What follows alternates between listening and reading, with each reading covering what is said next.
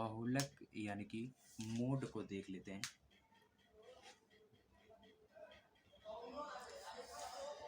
दोस्तों ये क्वेश्चन हमारे पास बहुलक का दे रखा है।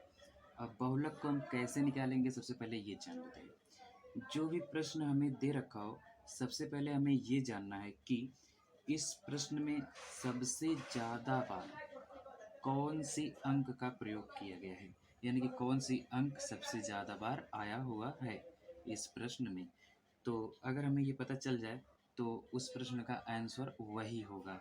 देखिए, जैसे कि हमारे ये पास ये पहला वाला प्रश्न है, इसमें सबसे ज़्यादा बार कौन सी संख्या है, तो देख लेते हैं। 3 जो हमारा वह एक बार ही आया है सिर्फ, और 12 जो है वह भी एक ही बार आया हुआ है।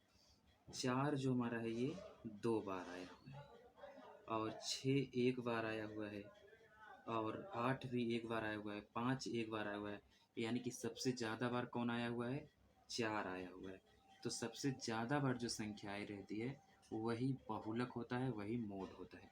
तो इस प्रश्न का जो इसका जो आंसर हो, इस प्रश्न का जो आंसर होगा वह 4 होगा। इस प्रश्न का आंसर क्या होगा, 4 होगा। पहले प्रश्न का आंसर 4 होगा। और इसी तरह से अब इस क्वेश्चन को देख लेते हैं।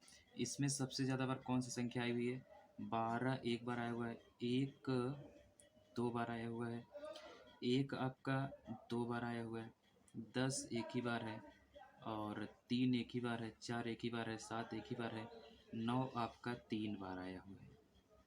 9 3 बार आया हुआ है, यानी कि इसका जो बहुलक होगा, जो मोड होगा इस क्वेश्चन का, वह 9 होगा। यानी कि आंसर क्या होगा, 9 होगा। दोस्तों अब हम रेंज, जो हमसे परिसर पूछा जाता है, उसे पढ़ लेते हैं। दोस्तों ये क्वेश्चन हमारे पास परिसर का दे रखा है।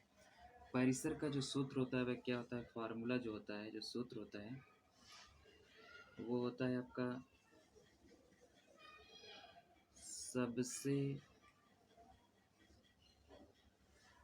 बड़ी संख्या माइनस सबसे छोटी संख्या। परिसर बराबर जो सूत्र होता है आपका,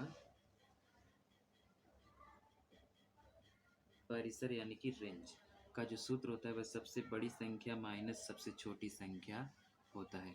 यानी कि जब आपको परिसर निकालना होगा, रेंज निकालना होगा, तो आप सबसे बड़ी संख्या से सबसे छोटी संख्या को घटा देंगे तो आपका परिसर यानी कि रेंज आ जाएगा।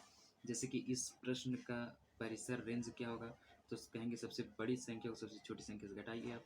तो इसमें सबसे बड़ी संख्या क्या है, 20 है। तो 20 और सबसे छोटी संख्या क्या है, सबसे छोटी संख्या आपका 5 है। तो इसमें से घटा देंगे कितना आएगा, 15। यानी कि इसका जो परिसर होगा, जो रेंज होगा, वह आपका 15 होगा। और इस प्रश्न में क्या होगा, तो इसमें हमारा सबसे बड़ी संख्या क्या है, 30 है। सबसे छोटी संख्या क्या है, 10 है। दोनों को आपस में घटाएंगे कितना आएगा, 20। तो परिसर क्या होगा, यानी कि रेंज क्या होगा, तो आपका रेंज जो होगा, परिसर जो होगा वह होगा 20। तो परिसर कैसे निकाला जाता है दोस्तों, ये हमने सीख लिया है।